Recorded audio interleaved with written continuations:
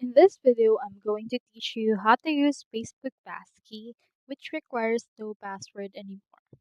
So in order to set it up, you first need to open your Facebook application, and from in there, click onto these three lines or your profile icon.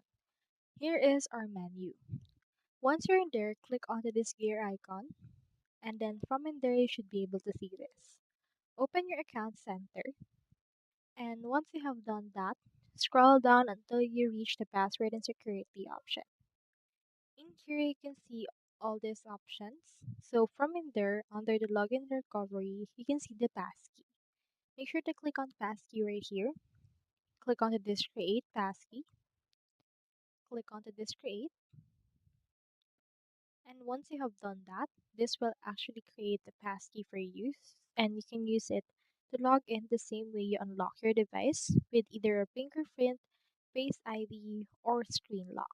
So make sure to enable it, and this passkey will be registered on this particular device right there. So that's all there is today, and I hope this video helped you out.